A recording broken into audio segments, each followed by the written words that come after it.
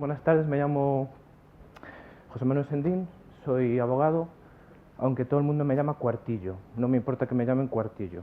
Lo digo porque muchas veces la gente dice, no, el apodo, ¿qué? No, no pasa nada. El título es bastante ilustrativo de lo que no vamos a hablar. Ahí pone, ¿cómo leer una licencia de software y no morir en intento? Evidentemente esto nunca pasa porque nadie se lee las licencias. Entonces, como nadie se lee las licencias, no pasa nada, o sea, no se muere la gente. Pero bueno, entiendo que es una materia un poco compleja y que a la gente le aburre, y normal, pero bueno, para eso estoy yo. Vale. En mi empresa me obligan a decir que vengo gracias a ellos, y es verdad, más allá de fuera bromas, trabajo en un despacho que se llama Sistemius, está en Santiago, y bueno, intentamos hacer las cosas bien, aunque estemos, como dice la gente, en provincias. Y bueno, si nos seguís y bueno, ahí tenéis los contactos, pues os lo agradezco porque bueno, ya sabéis cómo funciona esto, ¿no? Si no estás en internet no existes. Vale. Disclaimer. La verdad es que esto estaba inspirado hoy a la mañana cuando hice la presentación, porque bueno, alguno de vosotros ya estuvo en alguna de mis charlas. Yo normalmente no uso eso, slides, porque como lo que siempre hablo es de derecho y la gente que me escucha nunca sabe derecho, es tontería, porque lo que pongo no se entera la gente y tengo que pasar el doble de tiempo leyendo ahí, explicando. Entonces prefiero que la gente hable conmigo, que me cuente lo que tiene dudas, lo que le gusta, lo que no le gusta, lo que entiende, lo que no entiende. Y si nos vamos de aquí con que sepáis algo de lo que no sabíais o alguna duda o no la resolvemos, pues ya se cumple el objetivo. Por lo tanto, como veis, no es una charla al uso. También os digo que todo lo que diga aquí no es un aviso legal, o sea, no es un... ¿Cómo se dice? Advice, ¿cómo se dice eso? Consejo, ¿ves? Pues eso, no es un consejo legal en el sentido de que, o sea, tomadlo en serio en el sentido de que os lo digo porque sé de lo que estoy hablando, pero evidentemente no estamos en un entorno en donde lo que se vaya a decir cumple todos los parámetros para que se diga, joder, tío, me dijo esto, es que me lo dijo el abogado. No. Porque después pasa lo que pasa. Es que... Ya, bueno, pues eso.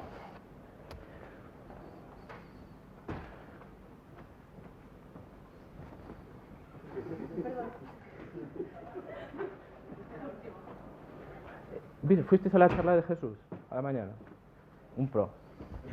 De Git, un pro Git, como el libro. Bueno, pues eso, lo que estaba diciendo. Bueno, puedo volver para atrás para los que habéis llegado tarde. Es una charla de licencias de software en las que no vamos a hablar de licencias de software. Vamos a hablar en general de lo que tenéis que entender para qué es una licencia de software, a qué os obliga y cómo analizarla o cómo leerla para que podáis tener una idea de qué implicaciones tiene que utilicéis un software, una librería, un framework, lo que queráis usar, o compréis una licencia para vosotros después hacer un producto final y os lo permitan sublicenciar como queréis hacerlo vosotros, porque si vuestro modelo de negocio es producto, no tanto servicio, pues para que sepáis lo que tenéis entre manos. Pero ya os digo, con ese disclaimer en letras súper grandes de que hay que tomarlo todo con calma. Partiendo de eso, esta es la única slide de la charla que tiene, o sea, que escribí yo. Y como veis bueno, son 3 preguntas clave que nos permiten cuadrarnos y colocarnos muy bien de lo que estamos hablando, porque primero tenemos que saber qué es una licencia de software, tenemos que ver qué es una estructura y después tenemos que saber cuál es el significado de cada una de las partes de las mismas, ¿no? Entonces, yo tengo un micro aquí que está apagado. Si queréis lo encendemos y hablamos y lo hacemos como una conversación más que yo os explique, porque yo os lo digo, si os lo explico en 20 minutos vais a desconectar, no os vais a entender, no os vais a enterar de nada y, bueno, ya que estamos aquí, por lo menos no he perdido tiempo.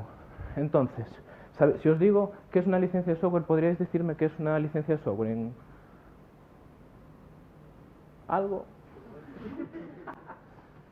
¿No sabéis lo que es una licencia de software? Bien, ¿qué es un contrato? ¿Cuántas partes? ¿Cuántas personas? Puede ser empresa. ¿Empresa es una persona? Un ente jurídico. Ya estamos bajando mucho el nivel, ¿eh? No, me refiero, sí, hombre, sí, está bien. Me voy a sentar. Vale. Una empresa es una persona, pero es un tipo de persona, es una persona jurídica, ¿no? Pero no es un ente, porque un ente jurídicamente es otra cosa. ¿Ves cómo es que no suena? Vale. Una licencia es un contrato. Un contrato es un acuerdo de voluntades, ¿no? Que lo dice el Código Civil en el 1254, que dice que las partes pueden establecer los pactos, las obligaciones que... Bueno, pues eso, lo leéis. Vale. Entonces, si sabemos que es un contrato, sabemos que yo hablo con otra persona, que es alguien que me ofrece algo, llego a un acuerdo, pago o no pago por lo que me estén ofreciendo, y en base a esas reglas, pues hago o deshago lo que pueda, ¿no? Según lo que me establezca el contrato, ¿no? ¿Qué es la característica común de una licencia de software en el momento en que la estoy negociando? Bueno, sí, claro, pero ¿cómo te llegan a ti esas condiciones? Vas a donde está el man y le dices, es que no me gusta nada la GPL, ¿eh? Vamos a ir a renegociar el percal. El problema, normalmente cuando hacemos un contrato nos sentamos, ¿no? En una mesa, estamos hablando, o por Skype, si somos modernos, y, bueno, tú me envías un correo, yo te envío otro correo, lo pongo en copia, y lo leemos. O sea, tenemos la capacidad de saber exactamente en qué, o tenemos esa falsa sensación de que podemos cambiar algo de lo que se va a redactar en el contrato. Y digo esa falsa sensación porque normalmente en los contratos siempre hay una parte fuerte y una parte débil. La parte fuerte es la que vende o a la que tú le estás pidiendo algo, y la parte débil es aquella a la que quiere llegar a un acuerdo contigo. Entonces, esto es el ejemplo paradigmático de un banco. Yo voy a un banco a pedir dinero y sé que lo que está en el papel no se va a renegociar. Se va a renegociar el número de ceros o el número de meses, pero no las condiciones esenciales, que es lo que me va a dar, cómo me lo va a dar y cuántos hijos en adopción voy a tener que darle para que me dé el dinero, o al menos se lo piense. Entonces, y esto pasa mucho en las licencias de software, ¿no? Porque tú cuando ves una licencia de software ya ves el texto, ya está el percal ya está vendido. Es decir, yo no puedo, bueno, lo puedo hacer, pero otra cosa es que funcione. Yo no puedo llamar a Stallman, si estamos hablando de la GPL, y decirle, oye, Stallman, es que esta línea que tienes aquí en la cláusula 2 de tu licencia GPL no me gusta. Yo es que quiero poder cerrar el código. Y Stallman dice, pues usa otra. Entonces, ¿cuál es la clave para que un contrato sea válido? ¿Qué os dice el sentido común? ¿Y cómo una persona dice que está de acuerdo en un contrato? Vale. ¿Y cómo manifiesto que estoy de acuerdo? Cuando me caso, doy mi... Bien. Vale. Forzado no, pero lo das. Bueno.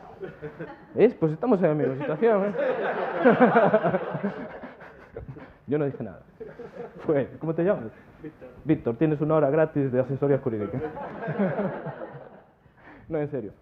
Entonces, claro, la parte más importante es el consentimiento. Es decir, que yo cuando digo, vale, me parecen muy bien las condiciones que tú me estás diciendo, las voy a aceptar y me voy a obligar, y te prometo por mi madre que no voy a hacer nada de lo que ponga aquí, si no me puedes castigar. En las licencias eso es complicado de manifestar, ¿no? Es decir, ¿cómo la otra persona, cómo Stallman sabe que yo di un consentimiento válido? No lo puede saber y tampoco le interesa. Simplemente él tiene que tener un elemento formal en donde diga, no pasa nada, en donde diga que yo di el consentimiento, que es normalmente el chequite este, ¿no? De he leído, acepto los términos y condiciones. ¿Ves? Esta es mi casa. Ahí es, ¿ves? Ahí es donde dice, mentira. Vale, pues eso, centrándonos, el consentimiento yo lo tengo que manifestar de alguna manera, y por tanto es la expresión formal o legal de que yo estoy de acuerdo con aquellas condiciones que tú me estás estableciendo. Normalmente en las licencias, cuando son a través de un software que te descargas o de cualquier framework o lo que sea que tú vayas a utilizar, en algún momento, por ejemplo, si estamos hablando de GitHub, en los repositorios habrá alguna carpetilla que ponga license o otro tipo de referencias. Y se supone que yo lo leí, que yo lo acepté, ¿no? Entonces la otra persona dice, no, es que tú ya lo aceptaste, este contrato te vincula.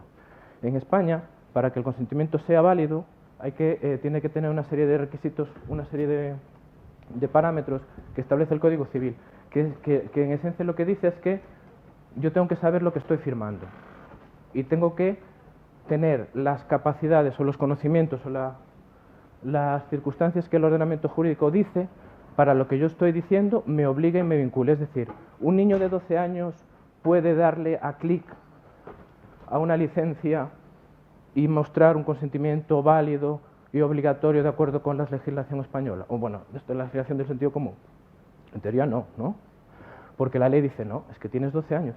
Y si tienes 12 años, tú no tienes capacidad jurídica. Tienes capacidad jurídica, no tienes capacidad de obrar. Capacidad de obrar es, yo hago algo y jurídicamente me vincula. Capacidad es que lo puedo hacer.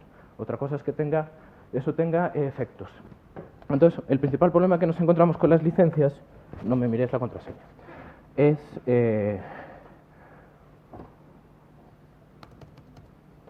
bueno, es igual. El principal problema es lo que estoy diciendo, que me estoy perdiendo un poco, es que yo lo que digo me va a vincular, que de verdad que es válido.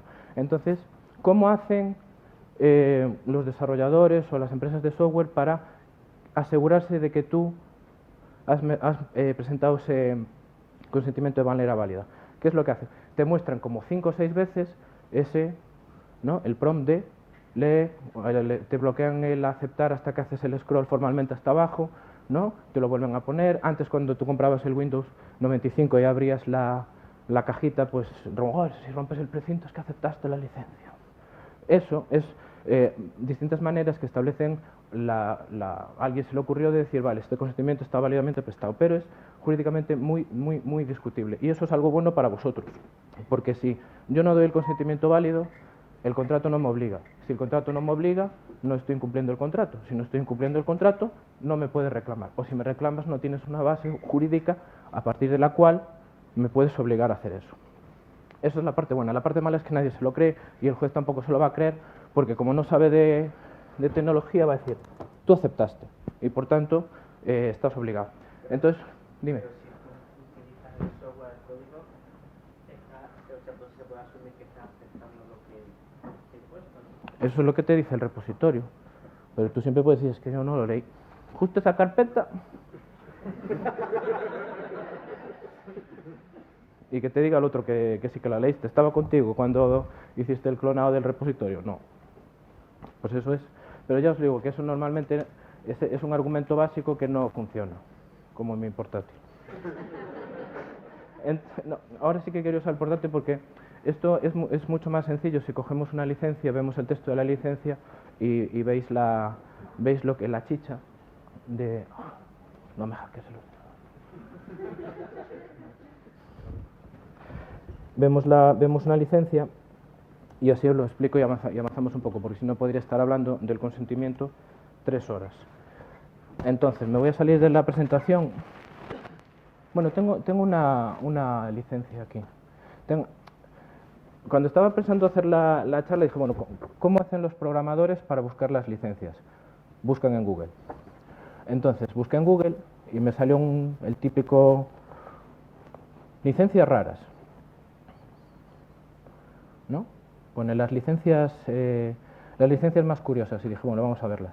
Y de estas que estaban aquí solo conocía una que precisamente justo la acababa de incorporar y dije, mira, esta me sirve. Que es la licencia que dice que hagas con el software aquello que te dé la gana. Que es una licencia que está aquí.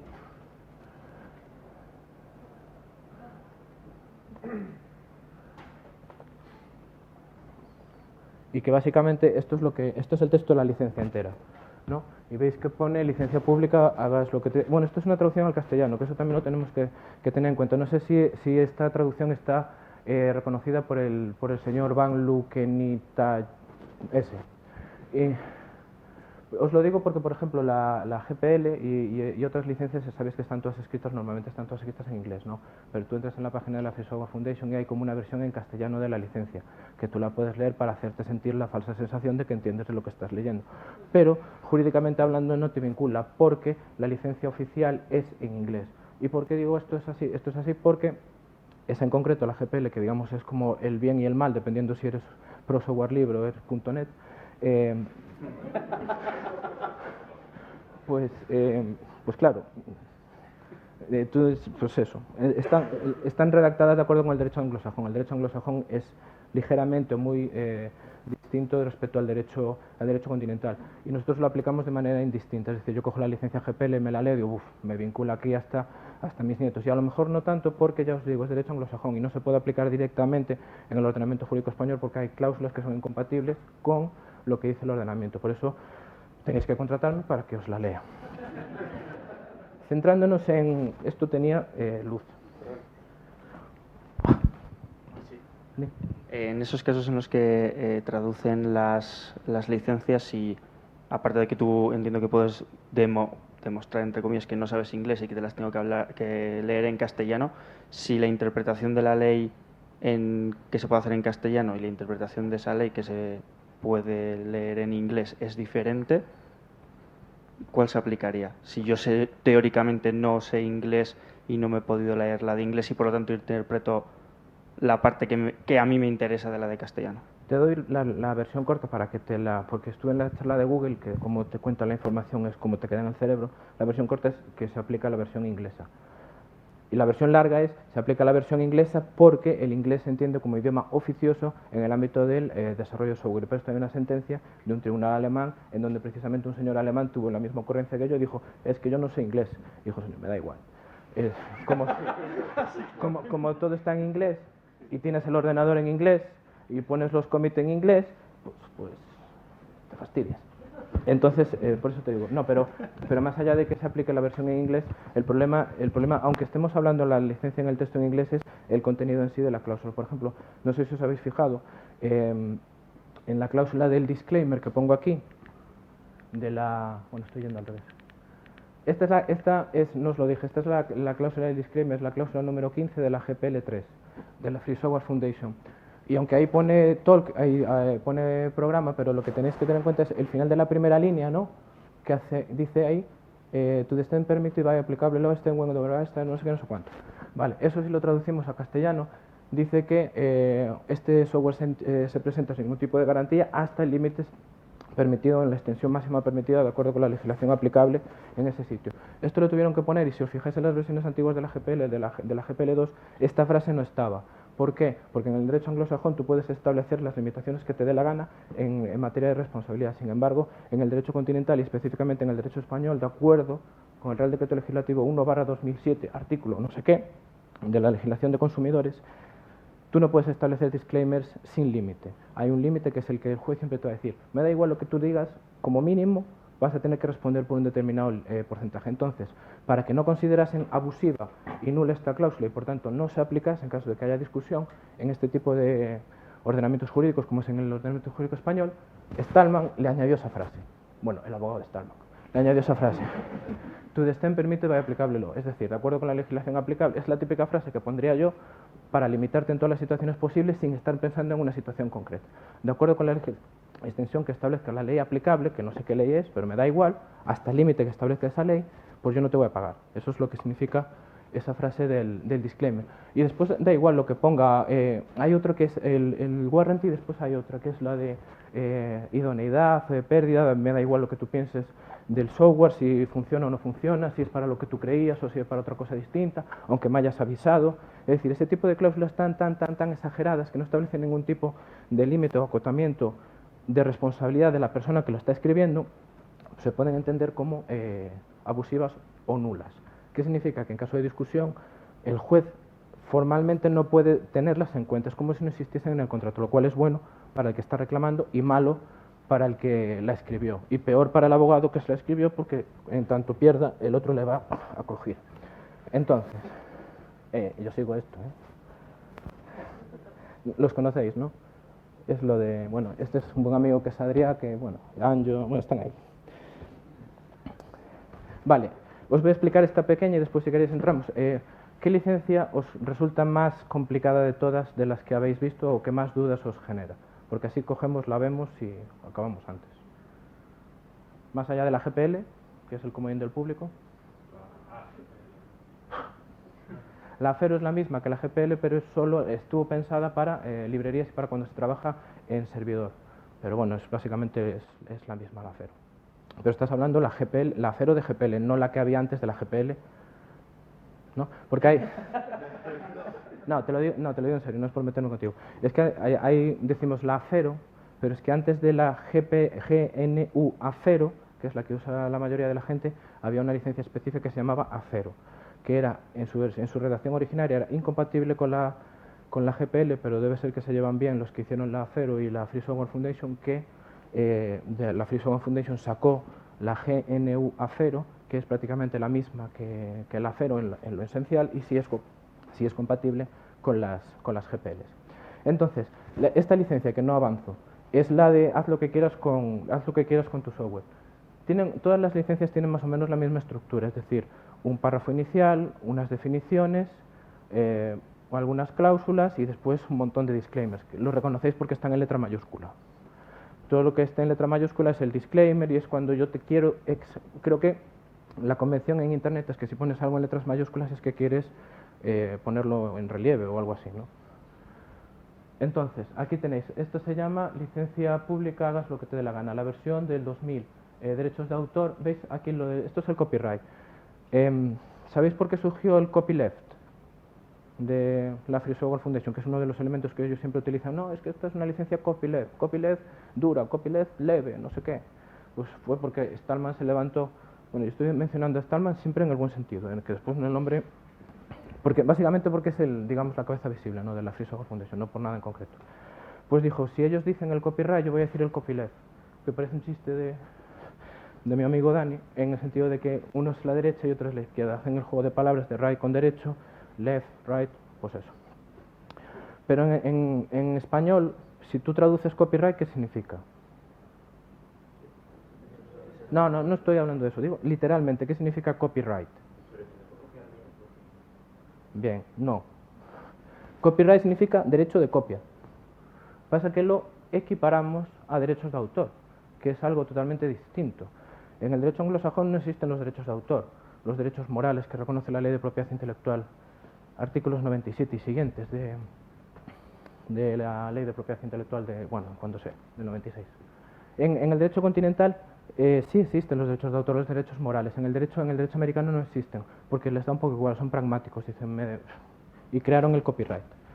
Y de acuerdo con la legislación americana, para que el copyright funcione, pues tiene que tener la C esta. Si la inscribes en el registro, mejor, pero si no la inscribes en el registro, da igual. Ya está vinculado, con tal que lo ponga con la C. Entonces lo que significa es que tú puedes hacer lo que quieras con el software que ponga este papel, pero tú no puedes cambiar este papel. Es como la GPL. Si tú lees la GPL, pone también que es copyright de la Free Software Foundation y por tanto tú no puedes coger la GPL, quitarle dos frases y usarla, porque no, salvo que tengas permiso de ellos, porque el texto en sí es una obra y está protegida por la Ley de Propiedad Intelectual. Otra cosa es el contenido derivado de ese contrato. Ahí te dice que se permite la copia y distribución de copias literales de este documento de licencia, pero no se permite su modificación, lo que estamos hablando. Oca, el propósito de esta licencia es simple y tú solo haz lo que te dé la gana. Es decir, te está diciendo que puedes hacer cualquier cosa, y en este sentido cualquier cosa es usar, modificar, relicenciar, hacer lo que quieras. Aquí te lo está diciendo de manera clara. Yo creo que lo hacen porque hay un problema con algunas licencias. Por ejemplo, la licencia MIT. ¿Habéis visto alguna vez el texto de la licencia MIT tal cual? A ver, si visteis la licencia MIT, visteis el texto entero, porque son 3 líneas, me refiero. Entonces, y ahí en la licencia MIT no te pone,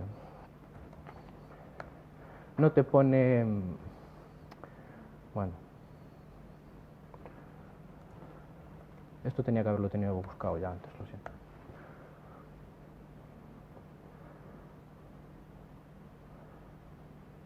Bueno, la fuente más fiable que podéis encontrar, aparte de la Free Software Foundation, es la Open Source Initiative, si estamos hablando de licencias, tanto de su contenido como de lo que implican, ¿no? Entonces, si entramos en la MIT, esto es el texto de la MIT, no es más, ¿sabes? Y ahí se ve bien o lo amplío, se ve bien, lo amplío.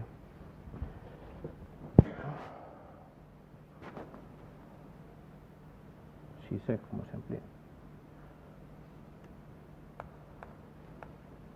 Vale, ves lo que pone, ¿no?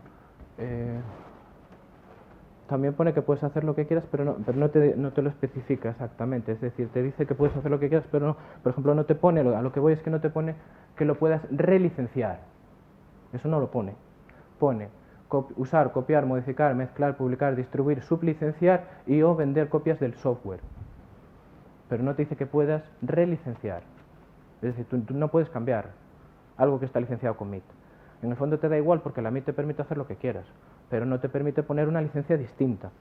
Si voy a usar algo que solo tenga MIT, me da igual. Pero si voy a mezclar, que el problema es siempre el mismo, cuando mezclamos librerías, cuando generamos incompatibilidades entre ellas, porque no vemos qué me permite una licencia, qué es lo que me permite la otra licencia, qué no me permite, qué puedo hacer. Entonces ahí, cuando yo ya llevo 2 años de desarrollo y veo que todo funciona perfectamente, es cuando digo, pues habrá que poner las licencias.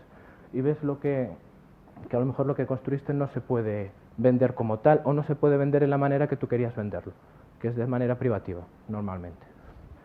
Entonces, tened cuidado con eso. Quien lo pone específicamente es la BSD, la de Berkeley. La BSD creo que es la 3, la de 2 cláusulas. Si yo utilizo la librería o la biblioteca, si yo estoy usando una biblioteca y la tengo como un paquete externo, aunque sea necesario para que yo pueda arrancar mi software, Ahí estamos yo puedo hablando de la licenciar. vinculación, ¿no? ¿Eh? Estamos hablando de la vinculación, de las llamadas, ¿no? Si es vinculación estática o si es vinculación dinámica, si viene a través de API, ¿no? Sí, bueno, pero quiero decir, me da un poco igual, no voy a entrar en ese punto, sino simplemente yo desarrollo mi software y por lo que sea yo estoy usando una librería que tenga licencia MIT, pero yo no la incluyo en mi software, aunque es necesaria para que pueda arrancar mi software. Yo puedo licenciar mi software como yo quiera o tengo que tener en cuenta la librería, la biblioteca que estoy usando. Si nos sometemos a lo concreto que pone la MIT, tú no puedes cambiarle la licencia al software, puedes usarlo. Estamos hablando de relicenciarlo, es decir, cambiar algo que esté liberado con MIT Sí. y cambiarle la licencia. Claro, pero estamos A lo que hablando... haces tú no te causa problema lo que haces tú. Tú puedes utilizar tu software y ponerle la licencia que quieras porque te permite hacer eso. Como has dicho justo hace un momento, que si estás usando varias... Claro, las bibliotecas... cosas son las incompatibilidades, es decir, y ahí hay peor, por eso te decía lo de las vinculaciones y eso. Si la librería es GPL hay que ver el nivel de necesidad que tienes tú de usar esa librería para que el producto final funcione. La GPL define una cosa que es trabajo derivado o trabajo basado en, y ahí estamos ya en las vinculaciones si son estáticas o dinámicas, es decir, si yo hago una llamada a través de la API para que se me pinte una determinada cosa, por ejemplo, en el front de lo que sea, y esa librería que estoy llamando a través de la API es privativa, pero al revés, da un poco igual. Lo importante es que aquello que esté con GPL en ese caso no se entienda esencial para el producto global. Si lo que tú haces necesita necesariamente esa porción de código que está liberada con GPL, la GPL se come el producto final y se entiende que es un trabajo basado en, ellos dicen literalmente un trabajo mayor. Entonces ahí sí que tienes que licenciarlo con GPL. ¿Cuándo te puedes salvar? Cuando, por ejemplo, si haces llamada a la API, solo usas la URL, ¿no? Solo entras a través de la URL, pero no modificas, no tocas código de GPL, pero si usas el resultado que él genera, ahí te escapas porque no entra en funcionamiento la GPL. Entonces ahí sí que tú puedes privatizar, digamos, cerrar o cambiar, poner la licencia, digo privatizar en el sentido, entenderme en el sentido de poner la licencia que yo quiera, sea compatible o incompatible con la GPL, ahí sí que lo puedes hacer. Pero si aquello que yo hago se entiende como esencial o el producto final tiene como parte esencial eso que está con GPL, la GPL se lo come. No sé si es lo que decías tú también, ¿no? Es que iba por ahí. Eso. O sea, eso, si estoy usando varias, como has dicho, justamente el punto es en el que empiezo a desarrollar, empiezo a usar bibliotecas, utilizo 3 distintas, no me fijo en las licencias, luego necesito de esas bibliotecas para poder hacer lo que sea, que si estoy restringido a la licencia que tengo que poner. Claro, pero eso ahí lo que debéis hacer, y esto es un consejo que os doy, es, supongo que esto no funciona así, porque si no, no habría los problemas que hay. Es decir, yo tengo una idea, ¿no? Quiero hacer un desarrollo. Miro las tecnologías o el ambiente o cómo quiero hacerlo. Digo, bueno, esto está testeado, esto funciona bien, lo voy a utilizar. Y lo último que miro es la licencia en sí mismo, pero lo que sí que deberíais incluir dentro de ese proceso, antes de poneros a desarrollar propiamente, es vale, esto que voy a usar, ¿qué licencia tiene? ¿Qué me obliga? ¿Qué no me obliga? Pero claro, eso ya implica tener digamos, una madurez abstracta de lo que vas a hacer para saber exactamente cuáles tecnologías o qué librerías vas a utilizar para hacer ya el análisis previo, ¿no?, de lo que sea.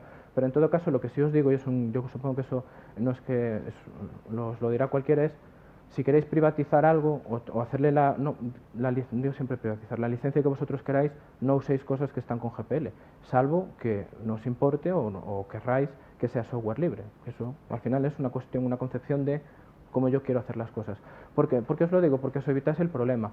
La GPL está tan bien hecha, está tan bien redactada, está hila tan fino, que es muy difícil escaparse de ella. Entonces, si yo quiero hacer cosas y después poner la licencia que me dé la gana, os recomiendo usar MIT, usar BSD o usar una licencia que os permita cambiar la licencia, que no quiero mentir, pero no sé si es la Firefox o la Apache. Una de las dos sí que permite relicenciar, es decir, cambiar la licencia del producto final que yo esté haciendo.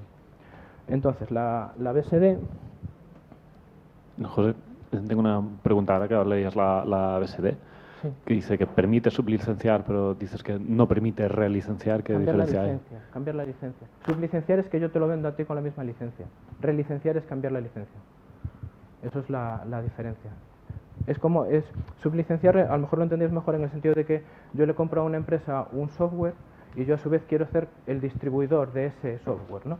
Entonces me tienen que hacer un contrato de distribución y en esa licencia me tiene que permitir hacer determinadas cosas, ¿no? Eso es que te permita la relicenciación, es decir, venderlo como si fuese tuyo con esas mismas condiciones. Te pondrá una cláusula en la que diga que tú obligas a aquella persona que sea tu cliente final a aceptar los términos de la licencia y no hacer nada que vaya en contra de lo establecido en la misma. Eso es lo que es la diferencia entre relicenciar y sublicenciar. Aquí lo ponía, ¿no? Including but not limited to implied warranties. Esto es lo que os decía de the implied warranties of mercantile and fitness for a particular purpose or its claim. Eso es lo que os decía que se puede considerar abusivo. Es decir, no, o sea, esta línea no, porque lo de fitness es lo de idoneidad, que se entenderá como aquello que yo, es decir, yo compro un programa, es como si yo estoy tonto y que me compro el FIFA pensando que es un juego de fútbol, o sea, de baloncesto. No, es un juego de fútbol. Entonces, si a ti te gusta o no, no me lo vas a poder devolver porque digas es que es un juego de fútbol. Es un juego de fútbol, sí, no es un juego de baloncesto. Pero el programa funciona bien, ¿tiene algún fallo? No. Entonces, por esa vía no puedes desistir del contrato que firmaste conmigo. Después, si pasamos a licencias más extensas o más complejas, bueno, os estáis perdiendo mucho, estoy hablando de manera errática. Sí. A ver, dime. Que algunas librerías que usamos de librerías están bajo la licencia EPL LGPL. Sí, la Lesser. Perdona. No, le estaba preguntando porque usamos librerías que están bajo licencia EPL y LGPL. Sí. Yo, la verdad, que no me las he leído. Vale. Entonces, ¿se puede usar o no se puede usar? Hay que leerla. ¿Ya alguien puede ir contra nosotros? Hay que demandarnos. Hay que contratarte. Oye, me dejas la hora esa que la has regalado. Bueno, me estás poniendo un aprieto. A lo mejor te doy 15 minutos en vez de la hora. La L que dijiste, entiendo que es la Lesser, ¿no? La pequeña de la GPL, ¿no? La Lesser, ¿no? Esta. La diferencia entre la Lesser, os lo digo en 3 palabras. La diferencia entre la Lesser y la GPL normal es que la Lesser, la L viene de librería. La Free Software Foundation llegó a una dicotomía, decía, hay determinadas circunstancias, hay determinadas librerías que están muy extendidas en el mundo del desarrollo, que son privativas y que todo el mundo las usa, y que funcionan muy bien y están muy estandarizadas. Si yo lo que quiero es que utilicen software libre, lo que no voy a hacer es prohibir que se utilicen esas librerías concretas que todo el mundo utiliza, porque es como cerrarle puertas al campo, es decir, tú montas un campo de fútbol enorme, pero solo dejas entrar pues a tu primo, pues evidentemente nunca lo vas a llenar, ¿no? Tienes que, digamos que en ese punto en concreto, la Free Software Foundation dijo, vale, para este tipo de circunstancias, para este tipo de licencias en concreto, o sea, de librerías en concreto que están muy estandarizadas y que está el mundo testeada, sí que permito que mezcles código privado con código de GPL, y eso es lo que es la Lesser, la Lesser, la GPL Lesser. Eso es la diferencia. Y lo pone, el problema de la GPL es que no se puede explicar en 5 minutos, porque es extremadamente larga. Ya solo el preámbulo es lo complicado, pero aquí es en donde te dice eso de, ¿ves? Finally, software patent. Bueno, esto es lo de las patentes de software. Bueno, si os pregunto si el software se puede patentar, ¿qué me decís? ¿Que sí o que no? En Europa no. ¿Y cómo patentas un software?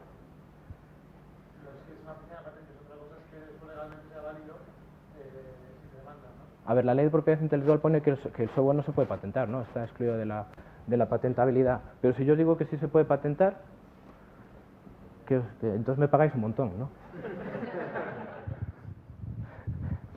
Se puede patentar el software, lo que no puedes patentar son las líneas de código. Es decir, puedes patentar el software como una solución técnica para un producto técnico, o para un problema técnico, eso es lo que dice la legislación. El ejemplo que siempre pongo, ahora los coches traen los sensores en el cristal para que el parabrisas en caso de lluvia se active solo, ¿no? Y limpie el cristal, o las luces, digamos que se giran para que tú siempre apunten al sitio correcto y tal. El software que le manda al ordenador de a bordo del coche a hacer eso se puede patentar, pero lo patentas dentro de la solución. Es decir, yo he creado una solución para que el señor conductor, por cuestiones de seguridad, no tenga que soltar las manos del volante y darle a la palanca para activar el parabrisas. En ese caso, ese software en concreto, para solución técnica del problema técnico, sí que se puede patentar.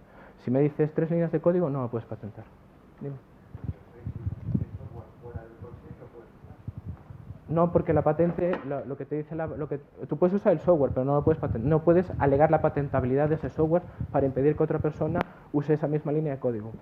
Porque el principal problema con las líneas de código, y por eso no se pueden patentar en Europa, es que yo puedo llegar a hacer exactamente la misma línea de código que tú, sin conocerte de nada y sin haber hecho yo nada malo. Porque nos levantamos un día y dijimos, vamos a picar lo mismo. Sería como patentar las letras. Claro. A las palabras que tuviese que pagar. Sí, es decir, eso es la filosofía que existe en el derecho continental, en el derecho europeo. En el derecho americano somos más pragmáticos y se patenta y punto. Por eso tiene siempre os pondrán las GPLs, siempre os pondrán eso, ¿no? Lo de finally software patent pose a constant threat to the existence of the free program, no sé cuánto. Eso es a lo que se refiere, que es la cláusula de patentabilidad. Cuando veáis en la GPL lo de la cláusula de patentabilidad, lo que se está diciendo es que tú, programador o empresa de desarrollo americana que ha patentado un software que se va a utilizar, si tú, ese software, aunque tú lo tengas patentado, lo usas en algo que afecte a la GPL, me estás dando autorización para hacerlo, o sea, para poder utilizarlo. Es decir, te obliga la GPL a que le concedas un uso del software patentado. Y dice que si lo demandas, justo en ese momento en que lo demandas, pierdes todos los derechos de poder utilizar todo aquel software que sea dominio de la Free Software Foundation y te van a ir encima. Eso es lo que dice esa cláusula de patentabilidad de la GPL. Avanzando para que os... vale, la GPL, el preámbulo es lo más importante. De hecho, en 5 minutos os voy a resumir el 99,9% de los problemas que existen relacionados con la GPL. Porque lo que dice la GPL es... Déjame buscar...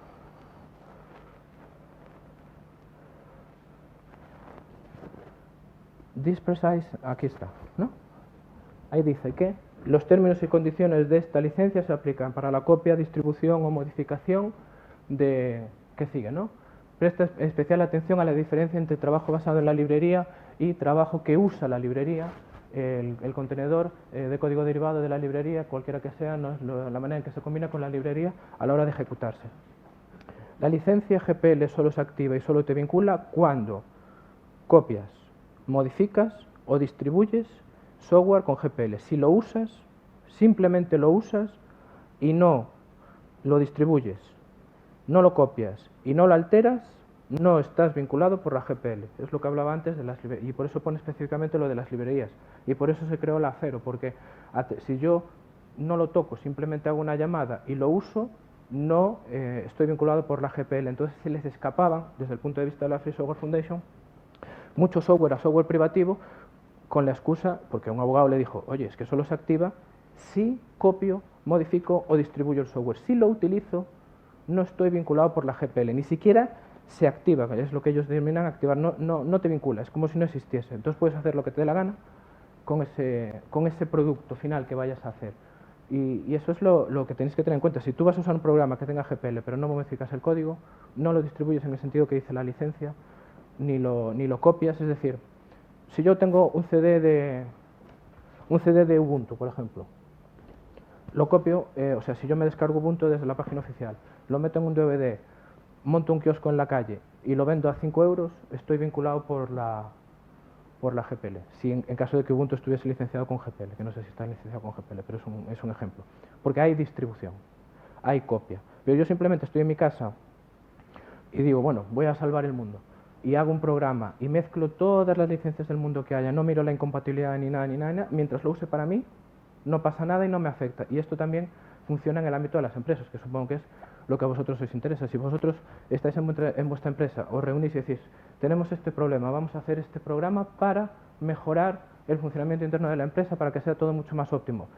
No tenéis ni que pensar las licencias que utilicen esas librerías o aquello que vais a montar. Siempre que sea para uso interno de la empresa. Y eso no se utilice nunca como producto, no se aplique a un tercero fuera de la empresa. Eso es así, eso se acaba el problema.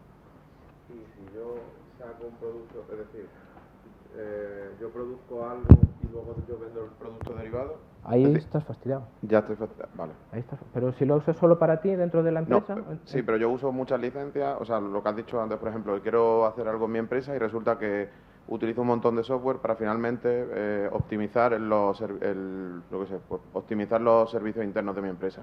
Sí, pero si es solo para empresa, no. Claro, no pero ahora yo, por ejemplo, saco una estrategia que puedo vender.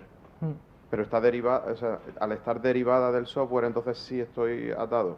Sí, ahí sí.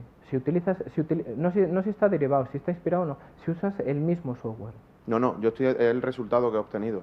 Si yo he usado el software para obtener algo. Es decir, tú dices, tengo este problema, montas un programa, ves que funciona y a partir de ahí dices, veo aquí una línea de negocio. Sí. Vamos. Si en ese punto te tienes que parar a pensar, a decir, a lo mejor lo que tengo hecho me sirve y lo puedo licenciar de manera que yo quiera. Y si no, pues tienes que montarlo para llegar a la misma solución de otra manera, pero no usar lo que ya tenías antes internamente para ti, porque entonces te puedes dar la situación de las incompatibilidades, que es el principal problema. Creo que queda poquito tiempo. Otro consejo que si tenéis dudas o lo que sea, preguntad porque el tiempo se acaba. ¿Cuál es el principal problema que detecto que tenéis vosotros? Ahora no sé si voy a estar logueado, pero ¿conocéis algún repositorio en GitHub que os interese especialmente? Algo. React, por ejemplo.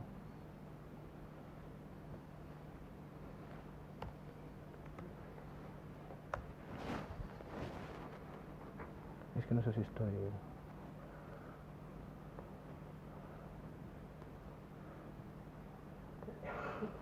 No sé, al no estar logueado no puedo verla. Lo que os quería decir es el famoso semaforito de GitHub, ¿no? Tú entras en GitHub,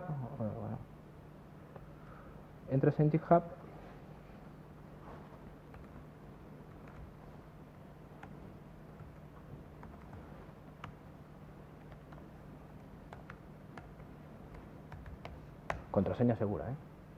¿No? Bueno, es igual. Es igual. ¿Me creéis, no? ¿Sabéis a lo que me estoy refiriendo? Es decir, tú entras en cualquier repositorio de GitHub y ves un semaforito en rojo, en amarillo y en verde que te dice lo que puedes hacer, lo que no puedes hacer y lo que deberías hacer, ¿no? Para utilizar esa librería. Cuando hagáis eso, no lo hagáis solo con esa librería en concreto, hacerlo con todas las librerías que vayáis a usar y mezclar, porque ahí es en donde tenéis que tener en cuenta si lo que me permite es compatible o no es compatible. Por eso es el principal problema que veo yo. No, es que yo me bajé eso de GitHub y dice que puedo hacer lo que quiera. Sí, esa librería en concreto sí, es lo que... Perdona, ¿y tendríamos que mirar también las licencias de la librería de la que tira esa o ya no me preocupa? No, tú de si vas a usar un repositorio, un proyecto como tal, tal y como esté licenciado el repositorio. Sí, pero si ese repositorio al final utiliza otras librerías que tienen sus propias licencias... Bueno, ahí es que ya le estás haciendo el trabajo al señor que hizo el repositorio. Sí, pero yo saber si me tengo que preocupar yo. Me refiero, ahí vas de samaritano.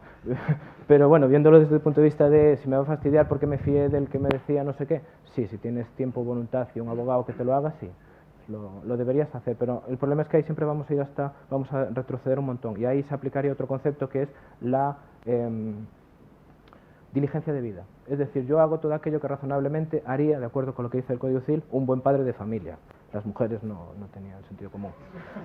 Entonces, si yo hago y acredito que hice todo lo que tenía que hacer para, dentro de las circunstancias normales, informarme bien, viendo las fuentes y tal, el juez no te va a crujir, o al menos no debería fastidiarte. Y otra cosa, supongo que esta sí que la habéis usado, que es la de Choose Your License, ¿no?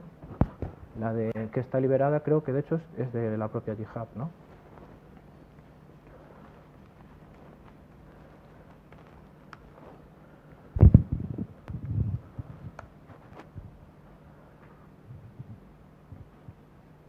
Que os dice, si lo que queréis hacer, os recomienda, básicamente lo que te dice es que te recomienda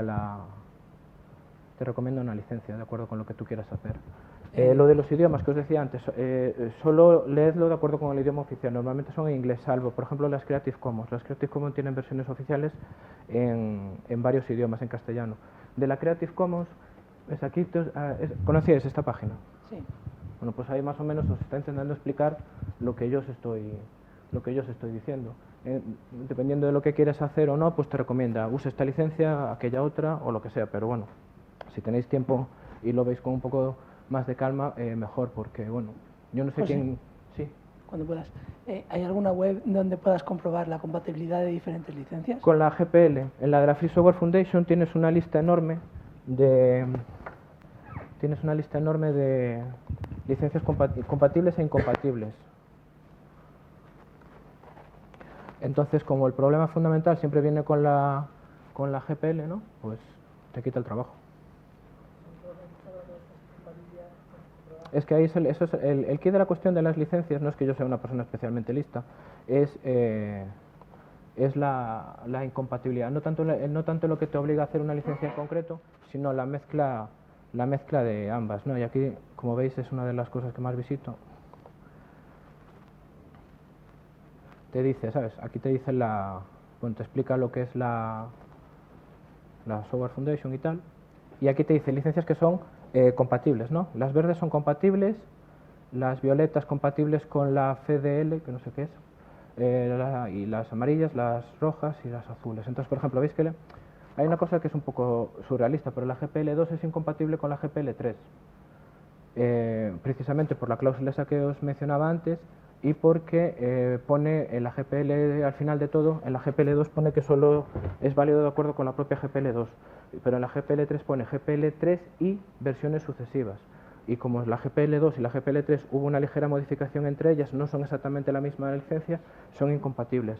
La diferencia fundamental entre la 2 y la 3, si algún día tenéis que hacerlo, es el concepto de distribución. En la GPL2 se pensaba en la distribución tal cual, en soporte físico o a través de algún elemento que lo descargas, mientras que en la GPL3 ya es más la distribución en el sentido que lo entendemos ahora de Internet, es decir, más de puesta a disposición. Es lo que lo denominan ellos como combine, o combine en el sentido no de combinado, conveni, de distribución. Y eso es welcome. Vale. Pues simplemente creo que, me quedé muy corto de tiempo. Para acabar, simplemente os voy a dar otras referencias que yo utilizo normalmente para que cuando tengo dudas, y hay un libro que sí os voy a recomendar que leáis, que es este. Bueno, no sé cómo hacer para... ¿Se ve? El título es Understanding Open Source and Free Software Licensing, de O'Reilly, que es bastante sencillito, son 70, 80 páginas, en donde te explican las licencias más importantes. Y lo hace de una manera bastante amena, y también te hace referencia a lo que os decía antes yo de la diferencia entre el derecho anglosajón y el derecho europeo, lo que se entiende por derecho de autor, el copyright, etcétera.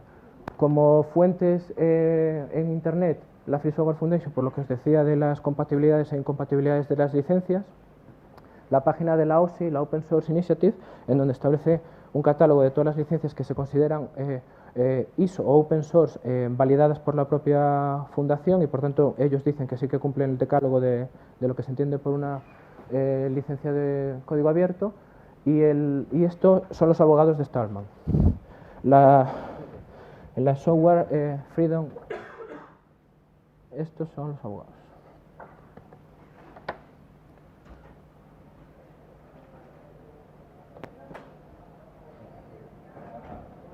Se quedó sin auditoría gratis.